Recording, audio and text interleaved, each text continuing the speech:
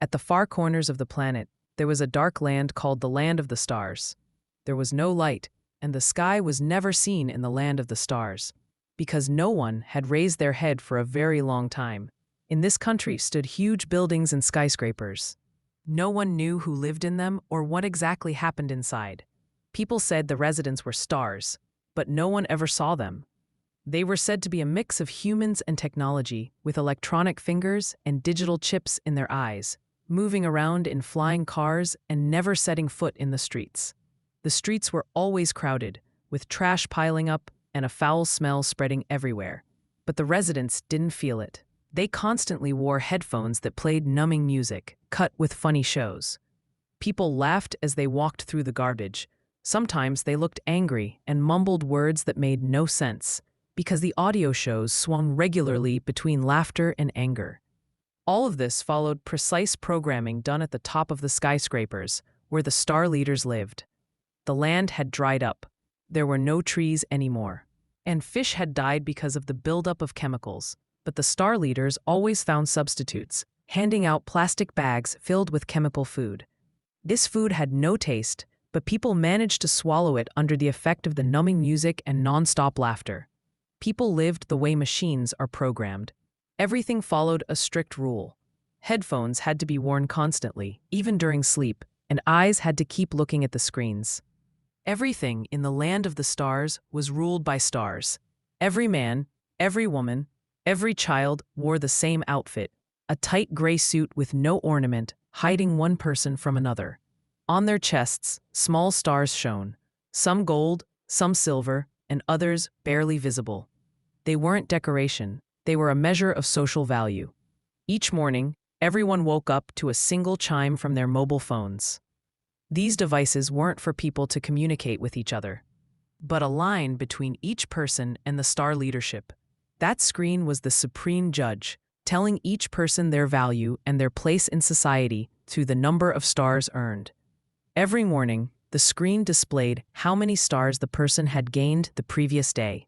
It would say things like, "You earned 3 extra stars," "Your work yesterday was good," or "Only 1 star," "You must try harder." Stars weren't just symbols, they were the only currency. Without enough stars, a person couldn't buy shoes, not even a cup of clean water. They weren't allowed into certain facilities and didn't qualify for a day of rest. Those who had more were rewarded with short trips to rare areas with clean air, or allowed a piece of synthetic candy or a warm bath. But no one asked, who made these laws? Who decided that stars were the standard? What exactly were the stars, and who gave them out? On every street, giant screens repeated the same messages. Be a star citizen. Obedience is your path to glory. The first Star Development Center. In the Land of the Stars, children weren't allowed to stay with their families for more than 1 year. At 12 months old, the child was taken to the first Star Development Center, a huge complex in dark colors with windowless walls and a sterile smell. There, the child wasn't called by a name, but given a code made of 3 letters and a number. No one was called by name or little one, only by codes. The program began from the very first moment. The child learned to smile, to please the trainers and the instructions on the screen, and to clap on command. They were trained to reach out to take an imaginary star tossed in front of them by a small machine called the motivation dispenser. Using the educational training manual and positive reinforcement, children were trained in blind obedience and heated competition, without knowing why. The child was encouraged to collect as many stars as possible each day, and told this proved they were smart, successful, and loved. If they failed, they were ignored and left aside. A trainer would say, "Try harder tomorrow, or you won't go at the weekend to the big playroom with ice cream and synthetic sweets." In every corner of the center, cameras recorded every glance and every gesture. Whoever got the highest number of stars had their name, or rather their code, raised on the electronic honor board. Their picture would appear for a moment and everyone clapped, but no one was truly happy. In the evening, the child went home, ran to the mother, and showed the phone screen, "Look, today I got 6 whole stars." Stars were simply the pivot of life. Fathers were all in the camps. They saw the children only on visiting day, and the music was always so loud that no one could really speak or truly connect. A mother's bond with her child in the land of the stars was very strong, very special. Since she didn't work, she had no right to work, and spent the entire day alone while her child was at the Star Development Center. She often felt lonely, useless, and depressed. She placed all her hope in this child, and without knowing it, pressured the child to succeed and bring her the social pride she lacked. This was a fully designed strategy by the star leaders to take total control of the children, and of the mothers too, because everyone became absorbed in collecting stars and gaining glory through them. The more shiny stars that gleamed on a person's chest, the stronger their pride and their sense of belonging to the land of the stars became. The mother smiled whenever an extra star shone on her child's chest and patted the child's head, but inside her lived a deep, nameless sadness. She knew, deep down, this star meant nothing real. Her child couldn't read. He only memorized audio snippets that he repeated to earn a star, and he didn't ask questions. He felt no wonder at anything. He spent his time in front of the screen until he fell asleep from exhaustion. He didn't know animals or trees because the land had long dried up and life was gone. But Layla, Irfan's mother, loved trees and remembered the clean air that once filled this land when she was a child. She would gaze at the sky, remembering beautiful landscapes and the life that used to be in her land. And she didn't like screens much. Layla never liked the star system. She felt her child had become a unit for producing tiny stars far too early. She disliked the conflicts broadcasting to children from the earliest years. Collecting stars became the only purpose in life. Children were trained for this from the first years. Trained in jealousy, then anger, then aggression. Whoever got the fewest stars was bullied, mocked, and sometimes beaten. Whoever misplaced the stars was ridiculed, and whoever won, acted superior, laughed scornfully, and sat on a chair called the winner's chair. Thus, discrimination was sown, selfishness was promoted, and children were taught that those who don't win deserve nothing. At the end of the week, reports were sent to mothers, written in dry technical language that mothers didn't understand. This was planned with precision. The technical language used in the star system made people feel constantly below standard, forcing them to believe whatever they were told. They felt ignorant, while the star leaders were the experts. Continuous assessment. On the top floor of the Star Tower, a closed meeting was held. The commander-in-chief sat at the head of the hall. He was genetically modified and had a digital chip in his brain, like all star leaders. He was surrounded by glowing screens showing precise statistics and complex tables filled with colors, symbols, and overlapping boxes. He raised his eyes and said in a voice both calm and strict, "It's time to review the assessment grid. We want an assessment and reward system and a race for results that is periodic and continuous. We want a system that rewards the fine details in every star. We want the child to always feel under pressure and feel that they need every star in every box." One advisor nodded and added, "Yes, sir, we've added 27 new boxes to the assessment." The commander-in-chief smiled. "Excellent. Let them drown in details. When the mind is busy hunting stars, it can't think." Then another advisor approached, hesitating a little, and said, "A report came from Zone B, sir. It seems some teachers have started relying on projects and cooperative activities instead of rote learning and constant assessment. The children show high engagement." The leader looked at him, slammed the table with his hand, and barked, "Forbidden. Stop this at once. We don't want them to taste the joy of self-achievement. That is a danger to the entire system. Do you realize what it means for a child to feel inner satisfaction without an external reward? It's the beginning of liberation." He took a deep breath and continued, "We must bind their worth and feelings to the stars, nothing else. They should only feel achievement and joy if they receive a certificate of assessment, a certificate of thanks, a medal. Everything must pass through us. We are the ones who define success and failure. We are the truth. Understand this, gentlemen. The more assessment boxes there are, the greater the dependency." Then he said in a decisive voice, "I want a system that makes the child tense. I want the child anxious. We want them busy, exhausted, always chasing more stars, never feeling satisfied. Everyone nodded and said, yes, yes, and the meeting ended.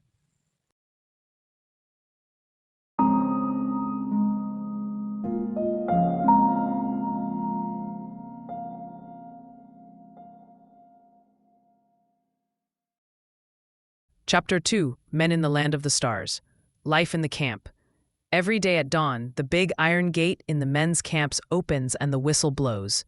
Thousands of men rise in silence. Their bodies are thin, their eyes tired, their steps mechanical. Each one carries a clear plastic box with a small pill called the balance pill. In truth, everyone knows it contains concentrated proteins and a chemical that numbs, kills longing for family, slows thinking, and puts out the spark of rebellion, yet they must swallow these pills without discussion. Men here do not think. Men here work. This sentence is written on every corridor wall to push the workers. All men are workers in the land of the stars, and women do not have the right to work. Women's role is to give birth and provide intensive childcare. Every man works 20 hours a day and sleeps only 4 hours. They sleep on tight metal beds, and talking about family is not allowed. But there is one day a month called Visiting Day. On this day, women enter with the children into the camp. There is a ceremony with music, dancing, and fancy canned food. Each family gets a small white tent inside a yard ringed with cameras to spend the day together. Then the whistle sounds at the end of the day and the break ends. That day, Malik waited for his wife and his son Irfan. He sat on the ground, watched the arrivals, and folded an old towel. When he saw them, he felt great joy. He spent the day with his small family, avoiding touching his wife, because that was also forbidden except for the purpose of having children. The music blared across the yard, cut with programmed laughter. Everyone had to laugh at those times. Irfan did not like this star music or the funny clips. He wanted to speak freely with his father, but Malik stopped him for fear of the guards, and before leaving, Irfan said to his father, "Dad, why don't you come back with us?" Malik looked at him sadly and said, "Because I work. This is my fate." His mother replied, "But you change more every month. Your son no longer knows your face. Please do not take the pill. They say it is a drug." A guard heard them, came closer, and said, "Time is up. Please stand up at once." Malik hugged his son tightly, then stood without a word. In the evening, he sat sad on his metal bed, looked at his fellow working men, and knew the same thoughts were in their minds. The earth before the stars. Malik could not sleep. He stared at the glowing wall screen, his hands covered in dust, his eyes tired from long hours of work, and beside him sat his friend Iyad. "What is wrong? Won't you sleep?" Malik said in a low voice. "Do you remember? It was not always like this." Iyad looked at him in surprise. "What do you mean?" Malik sighed. "Oh, you are young. You do not know how the earth was before the star system." He continued in a low voice, as if afraid someone might hear. "Before the star leaders came, the earth was completely different. There were no screens and no surveillance everywhere, and no crazy race after stars. Life was simple and sweet." He paused, then went on as if telling an old dream. "We lived in wooden houses in nature. We planted and harvested and laughed without surveillance. Trees were all around us. We woke with sunlight and lived in harmony with nature and the seasons. The air was clean and fresh, the water sweet, and the harvest rich. Our children grew among us and learned the roots of our culture and civilization. We needed nothing, no rewards, no stars, no assessments." Iyad asked, "And how did all this change?" Malik replied, "It all began when those beings came, electronic people, not like us. They do not belong to nature. They do not understand the language of animals and trees. They lived on our land and ruined it, and a climate disaster happened. Our Mother Earth grew angry, extreme heat, acid rains, terrible drought. The crops died because water became rare. The star leaders said they would save us if we followed the plan. Organize society by the stars each person gains. Ration food, monitor behavior, work camps for men, star development centers for children, and everything you see now." "You mean that before, there were no stars and no continuous assessment?" "Yes. Now the stars have become the only standard. Without them, a person cannot eat, or have children, or even walk in the street. They are currency, identity, and value. Iyad was a clever, ambitious, strong young man. He looked at Malik and asked, "Will we stay like this forever?" Malik closed his eyes, trying to sleep. No one knows. Rituals of manhood. At sunset every Saturday, the big bell rings in the men's camp. Work stops, and the main yard is lit with faint red lights. All the men gather in circular rows around a raised platform called the Male Honor Platform. A huge tap opens from the center of the platform, and the guards hand out plastic cups with a drink called Warrior's Rest. It is a dark liquid. Some drink fast and tense. Others drink with blank faces. Then the show begins. On the giant screen, an ad reel appears, showing smiling families, children eating, and women at home writing messages that say, "Thank you, hero." Then the voice of the commander-in-chief is broadcast, deep and heavy. "You are the true soldiers. Thanks to you, the wheel of civilization turns. With your patience we endure. Do not turn back. Do not ask. Just continue." At that moment, horns blast loud, battle-like music, and the men start cheering, raising cups, and beating their chests. The rituals of manhood have begun. One of the mid-level leaders stands on the platform and shouts, "Who is the real man?" Everyone shouts as one. The one who works and does not complain. The one who does not sleep before he finishes. The one who lives for his family and dies in silence. The slogans continue, repeat, and sink into the unconscious, wrapped in something like pride. But at the core, they are a collective mental shackle. Malik, sitting in the fourth row, holds his cup with hesitation and drinks a little, and he feels his blood rush and a strange warmth in his body, and his heart beats fast, but he does not feel joy. He looks around. All faces laugh, shout, and sway, but he feels alone, a stranger. At that moment, his colleague Jihad comes close. Drink just enough for them to think you are with them. Pour the rest under the seat. Malik turns quietly. "Do you also feel they are drugging us?" Jihad smiles. "Of course. I understood everything from the first cup I drank."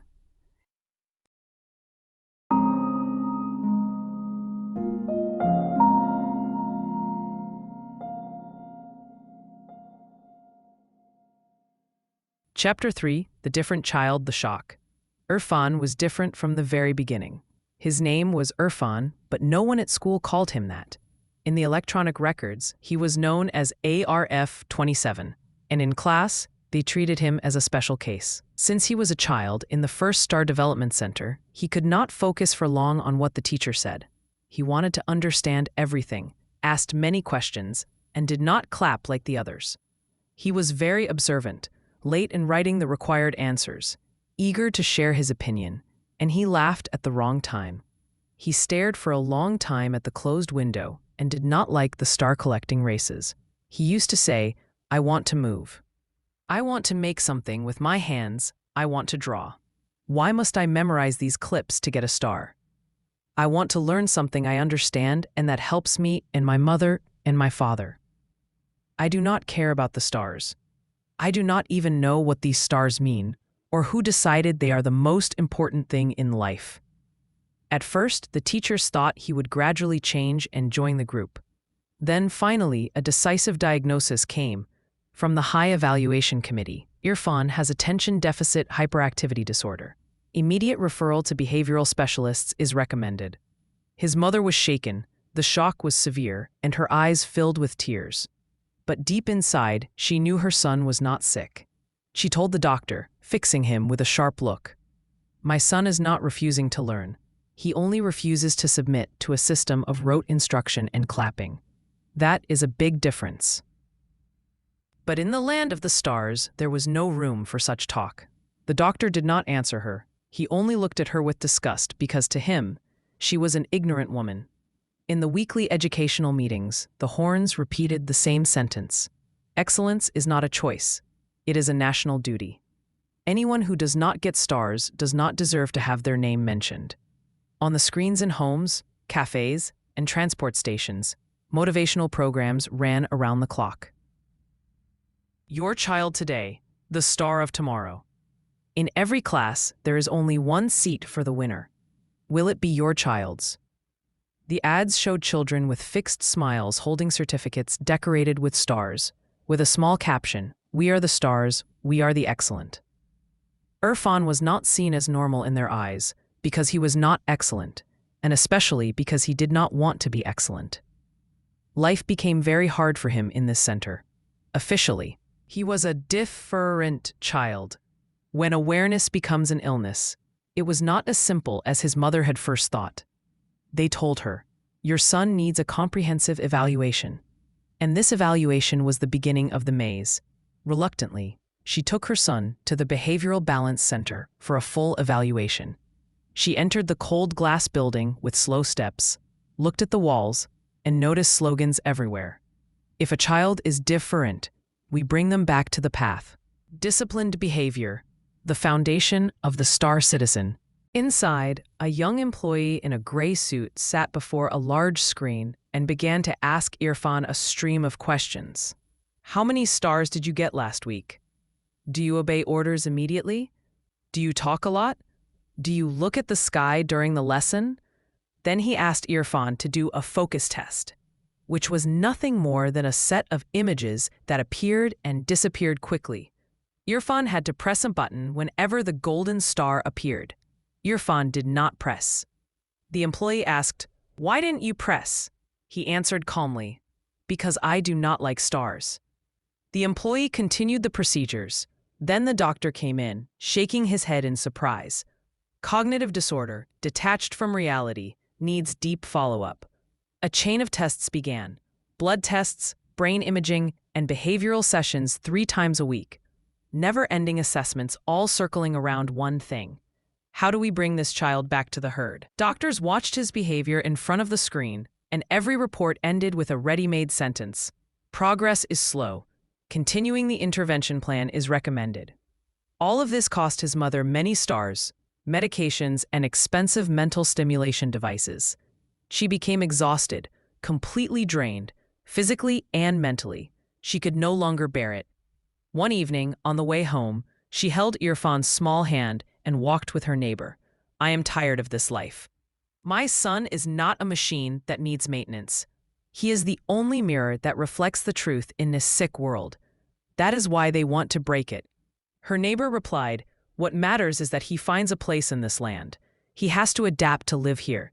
There is no other solution for you." This talk did not please Layla, who did not like half measures.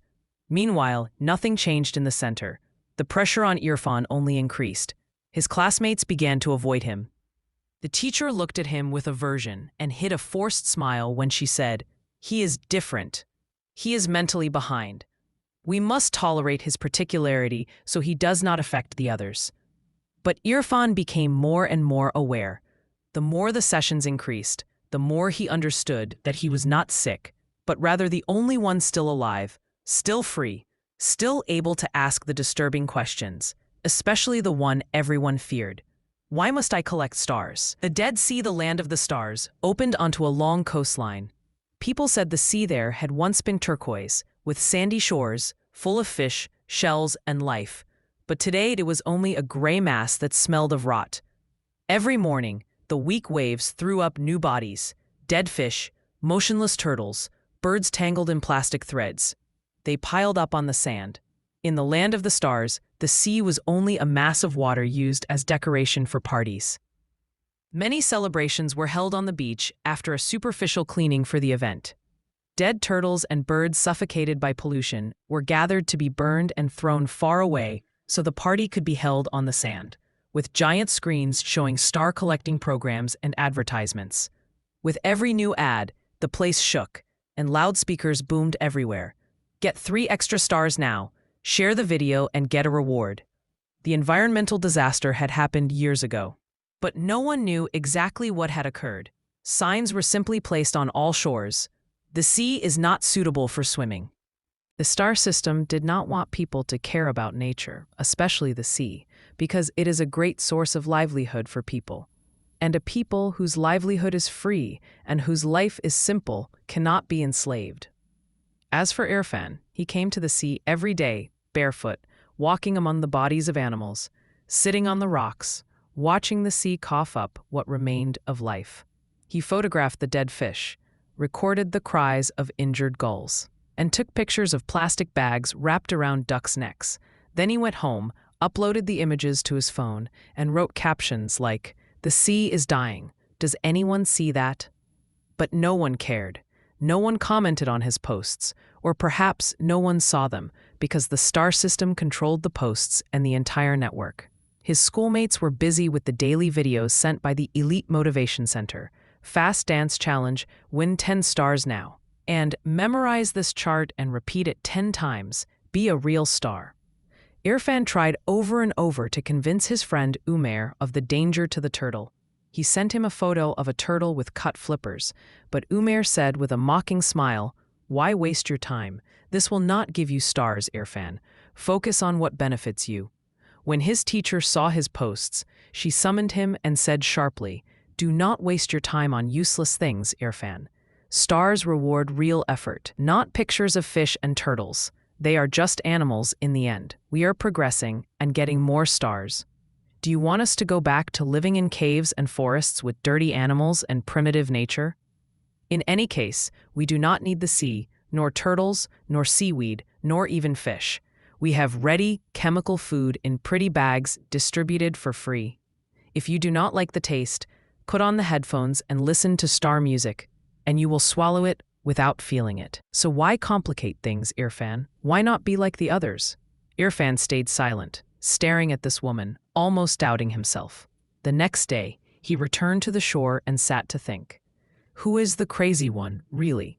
Who is disordered and behind, me or this woman? The Little Turtle Association Irfan started going to the sea every day.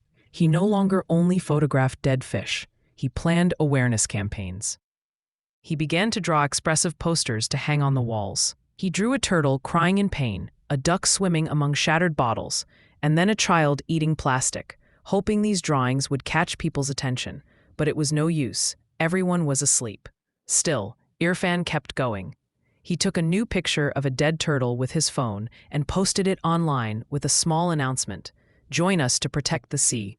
Life begins with water." He added a link to the site he designed himself, with a picture of a small turtle and pictures of children cleaning the beach while holding signs that read, "We are the Little Turtle Association. We do not eat plastic, and fish are not trash." It worked to a degree. A small group of children and teenagers joined Irfan, along with some mothers. They worked in the shadows without support from their friends, meeting daily in a small room near the sea, furnished with simple mats. From time to time, they went out together, walking in the streets wearing cotton t-shirts with a handwritten line, "I am a star when I protect life." They put up posters, handed out leaflets in the streets, drew children's footprints on the sidewalks with dead fish next to them, and wrote underneath, "If your steps continue on this path, where will you arrive?" Most reactions were cold. Most people did not stop. Some smiled with sarcasm, and others said, "What nonsense. Stars make us progress, and these mentally behind people are busy with fish. Ha ha ha."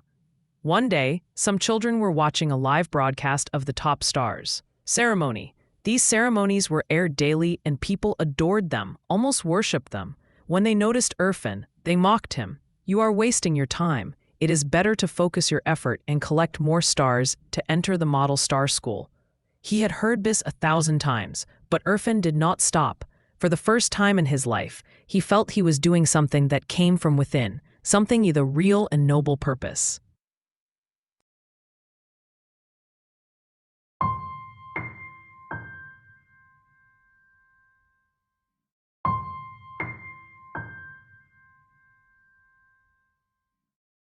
Chapter 4. Programming Excellence and Brilliance. What matters is who wins.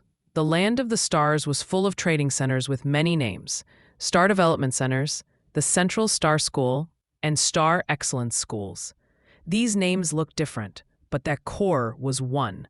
They all prepared children and youth to enter the men's camps, to work 20 hours a day, and to obey without question. The psychological preparation for entering the camps was very important. People had to be convinced that this was honor and great glory, so the star leaders set a complete psychological strategy to wash minds using rewards and social status. One of the most visible parts of this strategy was the glorification of the elite, the glorification of winners, and the pressure of exams followed by parties and rewards of all kinds. That day was very important at the Central Star School, where polished tiles shone under students' feet, and where the screens repeated without stopping. Excellence is your path to light. The star is your path to glory. It was the day of the final exam. Everyone was tense, and confused eyes darted in all directions. Everyone knew the golden rule in the land of the stars. Whoever cheats wins. All the children wanted to succeed in this exam, no matter the cost. Irfan sat in his seat and opened the exam paper slowly. Right behind him sat Salim, one of the brilliant ones, as the teachers called him. But he was not truly smart. He was skilled at cheating without being caught. He wore an electronic watch linked to the main platform. It showed him the answers moment by moment. Minutes after the exam began, Salim leaned over and said, "Irfan, do you want me to give you the answer to question 5? "No thanks," Irfan replied. "I want to understand on my own." Salim laughed with sarcasm. "You want to understand? How naive. Intelligence here is to collect the most stars by any means." Irfan ignored him and finished his test calmly, but at the end of the session, the unexpected happened. The proctor, though he knew what was going on, announced with pride, "Salim got the highest score again. His star this week will be gold." Everyone clapped, while Irfan felt a tightness in his chest. He was not sad about the result, but because cheating had become open and encouraged. In the schoolyard, he spoke with his friend Nuha, who was also trying to stay honest in this swamp. She told him, "Since we were children, they taught us that cheating is a kind of intelligence. In games, in buying and selling, in daily dealings. I feel we live in an elegant jungle. Everyone smiles, but behind the smile are sharp fangs." Irfan said thoughtfully, "You know, Nuha, even animals, despite the harshness of their lives, do not betray each other like this. We wear fake masks and compete more violently than predators, and we hurt each other just to get a star." Then he looked up at the gray sky and added, "How trivial this world has become. What is the use of these stars when we live in filth and eat tasteless food in plastic bags? Why don't we repair our land and bring it back to life so trees can grow and bear fruit again? Why don't we clean the sea, whose fish have died and whose smell is foul from all the chemicals the stars dump in it? And what future awaits the elite who will work in the star towers? We know nothing about them, nothing about what they do up there. Who said they are happy?" "I want to escape this world, Nuha. Do you want to run away with me?" At that moment, Nuha's mother yanked her by the hand, glared at Irfan, and shouted, "What is this talk? What business is it of yours to question the work of the stars? How dare you criticize the brilliant elite, you ignorant boy? You, the foolish mentally behind child, dare to judge the shining stars? I don't want to see you with my daughter again. Do you understand?" The excellence contest. The star exams and contests continued almost every week. They were people's main preoccupation and the center of their interest in the land of the stars. Every year, the High Council for Star Allocation announced one of the most important events in the country, the Star Excellence Schools Contest. The event was not presented as a simple school test, but as a sacred ceremony. The whole city prepared for it, and the streets filled with banners, "Make your star shine," and "School of the Excellent, your gateway to greatness." Schools started training months in advance, teachers turned into drill sergeants, and students lived under crushing pressure to win, while coaches told them, "Whoever doesn't pass has no place among us." Winning simply meant going to the work camps. Despite everything he had been through, Irfan tried this time to be among the winners to please his parents, even though he did not want to go to the camp. He memorized, wrote, endured insults, and ignored the inner question that kept screaming inside him. What is the point? The awaited day came. He entered the large hall and sat among 40 children, all wearing special uniforms, decorated with electronic stars that lit up whenever a child answered quickly. Cameras broadcast the event live. Mothers watched from behind screens, and their hearts shook at every sentence, at every glance.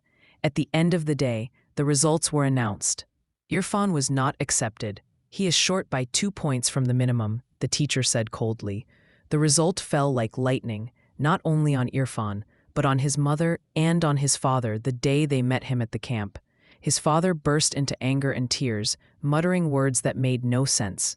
Why? Why can't you be like them? Even though deep down he believed the entire star system was fake. His mother was silent. She did not blame her son and did not scream, but that night, she closed her room and refused to talk to anyone. In the following days, screens filled with images of children smiling in the school of the excellent uniform, with videos of mothers crying with joy, and comments saying, "Proud of my son, a true star," and "Thank God, my son is a star, my son is not like the rest." Meanwhile, Layla stayed silent and posted nothing. A strange feeling took hold of her. She felt she had failed, that she was an unfit mother and not among the elite. She was totally convinced that the star system was fake, but the world around her was stronger than her convictions. She sank step by step into deep depression. She told herself, "You will die of grief if this continues. Don't look at these pictures. Don't give them all this importance. Do something different. Watch something different. Look at life from another angle." But she became addicted to the screen that controlled her mind as it controlled all minds. She scrolled through endless short clips, fake laughter, dances, cooking recipes, shouting, shining children, star mothers, everything and its opposite, on that small screen that dulled minds and slowly drained their energy. Whenever she commented on a video or shared a post, she got a star. Each star made her feel she was not completely forgotten. Irfan saw her melt away in front of him, silently. His mother had never been like this. He also felt pity for the sadness mixed with anger that gripped his father whenever he saw him in the camp, knowing his father worked so hard to collect enough stars for a decent life for the family. Irfan realized the system had penetrated and ruined his parents' minds, like a worm that enters an apple and eats it from the inside while nothing shows from the outside. He walked alone toward the wise man Zaire. It was his only refuge at that moment. The dog and the bell. In an alley of the old city, where ad screens did not reach and star music could not be heard, Irfan sat on a worn wooden chair next to the wise man Zaire, an old man with a white beard and deep-set eyes. Irfan told him everything, and the wise man listened in silence. The old man then held out a cup of tea and asked, "Do you know the story of Pavlov's dog?" Irfan raised his eyebrows and shook his head.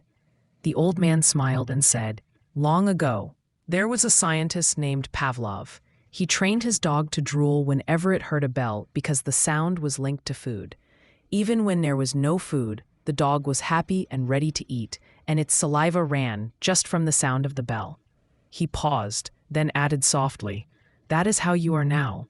Whenever a star flashes on the screen, you smile and clap. Whenever they announce a victory, you celebrate, even if there is no food, no water, not even clean air to breathe." Irfan looked at him with burning eyes and said, "They really seem happy. They say they are successful and that without stars, life has no meaning. I don't understand them."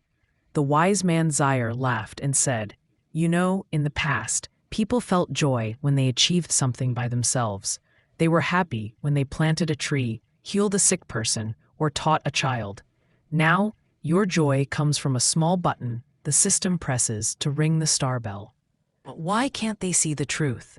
They cannot see it, my son. They truly cannot, because they are programmed to clap for stars from childhood, just like Pavlov's dog. Their brains do not know other paths. They would feel a void if they stopped clapping and would not know who they are. The void kills, my son.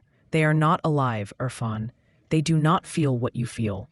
Real life begins with self-awareness. Before that, we are machines, biological machines. Nothing more, machines that follow a program.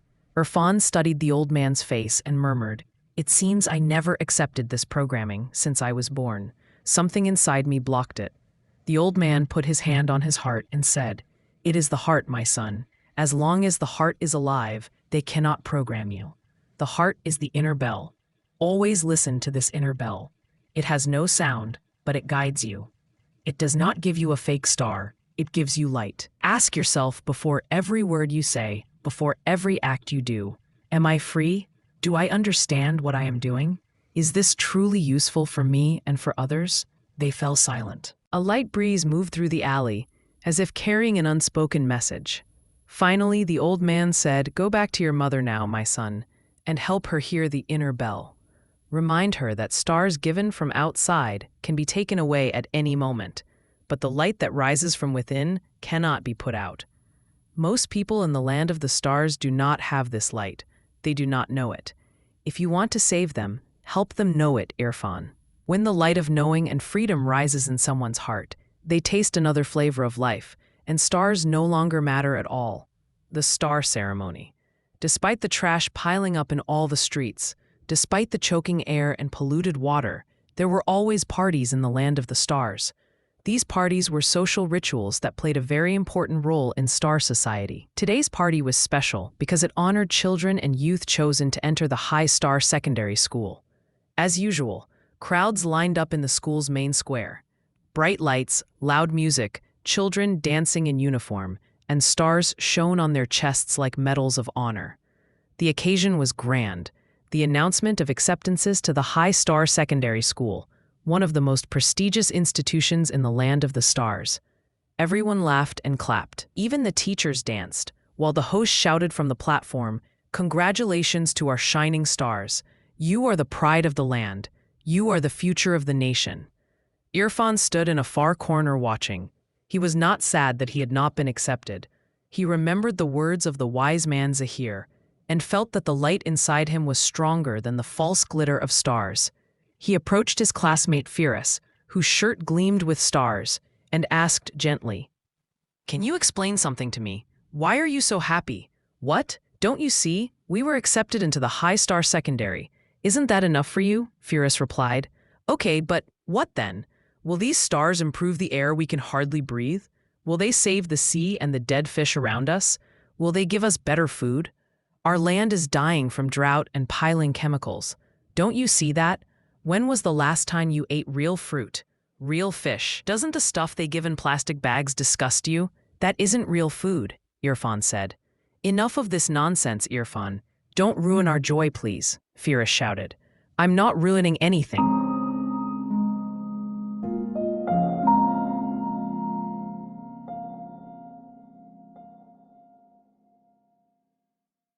Chapter 5, The Beginning of Change, The False Shining Ones. Irfan went every day to the headquarters of the Little Turtle Association that he had founded with his friends. Every day, foul smells rose from the bins. Flies filled the corners and garbage spread everywhere. Food leftovers, plastic containers, bags full of filth, while the electronic screens played a song that said, "We are the smartest, we are the best, we are the stars." One morning, Irfan stopped when he saw his friend Umair rushing by, phone in hand, searching for a new task to earn an extra star. Irfan loved Umair very much and wanted to free him from the star system. "Umair," he called, "come with me to look for turtle eggs." "What? I'm busy now. I have a new challenge. I have to film myself singing in front of the garbage. I'll earn 2 stars. A great sadness washed over Irfan, and he felt certain the wise man Zahir was right. These people were programmed to see only the star system. They saw nothing outside it, not the Dead Sea, not the stench in the streets from the piled-up trash. Their brains sorted information to match the system. Nothing existed beyond it. Still, for the 1000th time, he wanted to wake him from his mental sleep. "Why chase these fake stars, Umair? Don't you see? Don't you see the dozens of bags stuffed with waste? Don't you feel the choking air? This place has become disgusting. Don't you smell it? Don't you see it? We need to bring our land back to life. Life is the real treasure. These electronic stars are fake and mean nothing. Nothing at all." "Yes, they do mean something. A lot. You're the one who refuses to see because you're jealous." "Jealous of what?" "Jealous because I have many stars and you're a different failure with not even a single star. Ha ha ha." Irfan sighed and said to himself that Umair could only see the world through what the star system had taught him. Blind competition and jealousy were, in his eyes, the only reasons behind human behavior. But Irfan decided to go further. "Do you know, Umair, that in the forest, when a group of animals live in the same space, they naturally cooperate to keep their place clean? You don't find garbage in nature. Everything is recycled wisely. Leaves become soil, waste becomes food, and everyone knows their place and role." Umair stopped, tension showing on his face. What do we have to do with animals? We are the shining elite. We're advanced. We have intelligence and stars. Are you comparing me to animals, you different failure? Irfan stayed silent, staring. This time, he felt certain he was a stranger in this land, speaking another language, even if it used the same letters. He answered with a touch of sharpness, unable to accept more insults. The truth is that you, the shining ones, are fake. You are a set of puppets moved by the tower dwellers. To animals, you are the backward ones. Yes, you are the ones truly different, because you lack natural collective intelligence. Umair fell silent, surprised by the reply. Irfan continued. You live like slaves in trash, running after stars that do not light anything in your dark lives. Your health is collapsing, germs are spreading, and you wear the mandatory headphones all day so you feel nothing. Seagrass and fish are dying, and you eat that disgusting paste in plastic bags. The animals you despise live free, in harmony with nature, respecting the land they dwell on by instinct. Their lives are far better than yours, in truth. He paused, then added, You are truly to be pitied, Umair. You are completely numbed. Umair shook his head as if trying to chase these thoughts away. Please, don't confuse me. I want to be one of the successful ones. I don't want to look strange or disordered. I mean different, like you. Forgive me. Everyone does it. Irfan stepped closer, rested a hand on his shoulder, and said, Maybe being different is the first step to being a free human being. See you, my friend.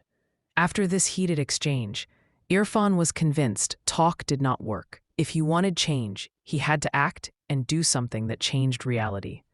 Tired of this life, days and months passed. Irfan worked quietly in his association and attracted children and youth each day, ignoring mockery, provocation, and negative comments. One hot afternoon, he sat on the warm sand, watching flocks of gulls fly over the gray sea. Beside him lay a bag filled with flyers and handouts. A thin young man with familiar features approached. Irfan? Are you Irfan? Irfan looked up, then smiled wide. Sammy? Sammy sat down, exhausted, wearing a faded formal uniform, his hand still holding a magnetic work badge. I've been watching your posts for a while, he said with a slight smile. At first, I thought you had ruined your future. And you? Irfan asked. Weren't you always first in class, the screen star? Sammy bowed his head and said quietly, Yes, I was. I collected stars like everyone else. I wanted the perfect job in the star skyscrapers, the high salary, the social status, whatever it is. All those manufactured dreams, and now I work on the upper floors, but the pay barely suffices, and the treatment, we're like machines. He paused, then added, No one knows my name there, only my employee number. No one smiles, no one listens to what others say. Everyone wears mandatory headphones constantly. And I no longer love the work I do. He bowed his head, as if talking to himself, then said, I never even asked whether I loved this job or not. I never ask myself that question. Today it's crystal clear. I will not do work I do not love or believe in. Never again. Sammy spoke without looking at Irfan, as though speaking to himself. I dreamed of more and more stars, but I was never happy. My life had no meaning. Even the food had no taste. I had to put on the star music just to swallow it. Oh, I'm so tired of this life. Then he looked at Irfan. And you? How do you live now? How do you spend your day? You look happy. Honestly, I envy that. Tell me about your association. What do you actually do? Irfan was overjoyed and spoke for hours about the association, the sea, nature, fish, sea turtles, the sun, real life. Then he invited him to the association center after they ate together. Sammy entered hesitantly and was stunned. Children were drawing. Teens discussed issues of nature and the sea. There was friendship and warmth. No screen-tracked movements. No evaluation or pressure. No plastic bags or tasteless industrial food. They ate real, natural fruit. Wow, it's like paradise, he thought. He sat with them and, for the first time in years, someone called him by his name, not his number. In the evening, before leaving, Sammy stood before the sea and stared at the horizon. I lost my life the day I became a slave to stars, he told himself. Irfan patted his shoulder and said, "Stay with us, and you'll be born again. We are preparing a new community." "What?" Irfan motioned for him to lower his voice. "It's a secret. Tell no one. It's a new land, the land of seeds that we are planting. We're getting ready. Come with us if you want to live the other life." The Model Elite that day was very special, the day of the Model Elite exam. Very few children would join those prestigious schools. A vast hall, with cold lights and silent metal seats, held hundreds of children with pale faces and hearts pounding with fear. In front of each one lay a white sheet stamped "Entrance Test for the Model Elite School." The paper itself was a nightmare. Questions without context, incomprehensible symbols, instructions in hard-to-read script. In the corner, a child named Adam still stared at the first sentence. If the number of variable stars B is greater than the quantum pulse L in the unit of imaginary time S, then what is Q? He lifted his eyes, confused. There was no meaning to the question. He looked to his friend Eunice and said, "Do you understand anything?" I thought I was smart, but maybe I'm not." Eunice did not answer. He fought back tears. On the upper floor of the leader's tower, the commander-in-chief watched on giant screens showing the children's faces. When he heard what Adam said, he laughed loudly and clapped his hands. "Good. Psychological breakage is our greatest goal," he declared. One aide said, "Sir, the failure rate this year may exceed 80%. That's a lot." The leader smiled wickedly. "On the contrary, excellent. The higher the rate, the more profit we make from private support centers, and the more children lose self-confidence. The more fragile and obedient they become." Star support centers existed almost everywhere in the city. Many children attended them to train with teachers specialized in symbol analysis, understanding the logic of the stars and memorizing template answers. But the monthly fee equaled a full month's salary for a man in the camps. Still, people paid everything they had, hoping their children would enter those schools and not be considered failures. Thus, a whole system of anxiety, fear, and submission deepened. Ambition and greed to join the fake elite and climb the star-based social ranking. At the end of the day, it was announced that only 9 out of 500 children were accepted. The rest went home with heads bowed. Among them, Adam held his mother's hand on the way home and wondered, "Am I stupid? Do I deserve anything in this life?" His mother sensed his confusion, sad, angry, and hopeless at once. "What did you say?" she asked. "I don't deserve love. I don't deserve anything. I think I'm stupid and don't even deserve to live," he replied. She stopped and looked into his eyes. The words of her innocent child woke her up to see what had always been in front of her, but she had not seen. Perhaps because she, like everyone else, had been absorbed in the play, the star play. The pain on her child's face woke her. What did all this mean? What was the true purpose of all these exams and this competition for stars? Had her son learned anything that made him better? No. Did he think and discuss freely now? No. Had he learned anything that could improve their lives? No. All she saw was his psyche worsening and his self-confidence breaking day after day. The star system truly aimed to turn them into submissive slaves living in ignorance, in the illusion of knowledge, in fear of failure and endless competition like beasts in a jungle, so they could never advance and rise to the level of the other peoples who lived on the earth. No, Miriam did not want that for her child. She would migrate to the land of seeds everyone talked about. Mothers refused silence. The next day, Miriam went out as usual to buy bread, but she was not the same woman. A wind of change had begun to blow. Something in her heart had shifted. She no longer swallowed her grief and moved on. She no longer believed her son was a failure. She began to understand that the system was the failure, or perhaps demonic. On the way, she met her neighbor Samira, mother of 2 girls. After quick greetings, Miriam asked in a low voice, "Did your daughter take the elite exams?" Samira sighed. "Yes." She came back in tears. She told me, "The questions are not normal, mother. I didn't understand anything. They're making us feel incapable. I don't know how they choose these exams. and for 2 days she hasn't said a single word. They fell silent for a while.